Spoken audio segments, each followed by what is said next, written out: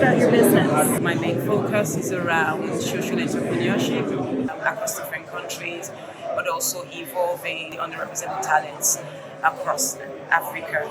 My role here is obviously to equip these talents and put them out there, to be seen and for their talents to be known, and encourage them from a leadership perspective.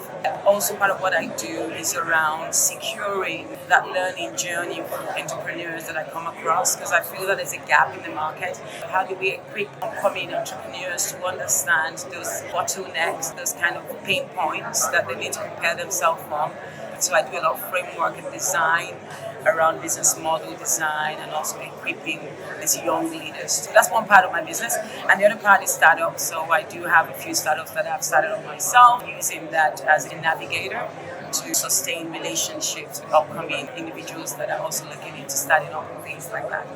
And the big part of my work as well is sustainability. So I do a lot of executive coaching around different organizations, helping them to redesign their sustainability practices. My core doing my research was on business model design. So I have large corporate organizations, NGOs, to build sustainable business models around the dynamic process of change. That's something I'm so passionate about. So I do that around the world. And what's your experience been with the summit so far? My experience within the summit is two critical things, and as I was saying to a colleague of mine earlier, is value.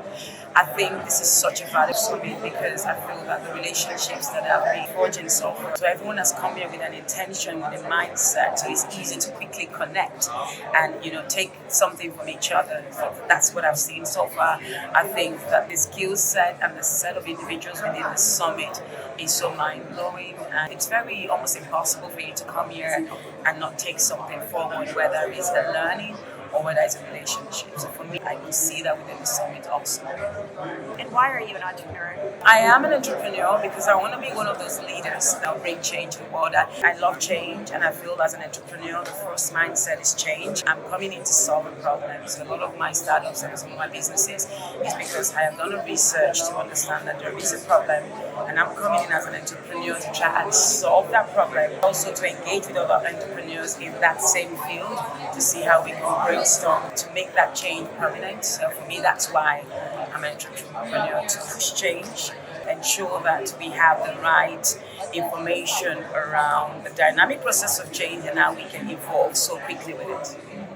Is there anything else you'd like to add? The important things for me is that individuals shouldn't just use this as a place of networking and picking things up. We need to take back what India has done so far.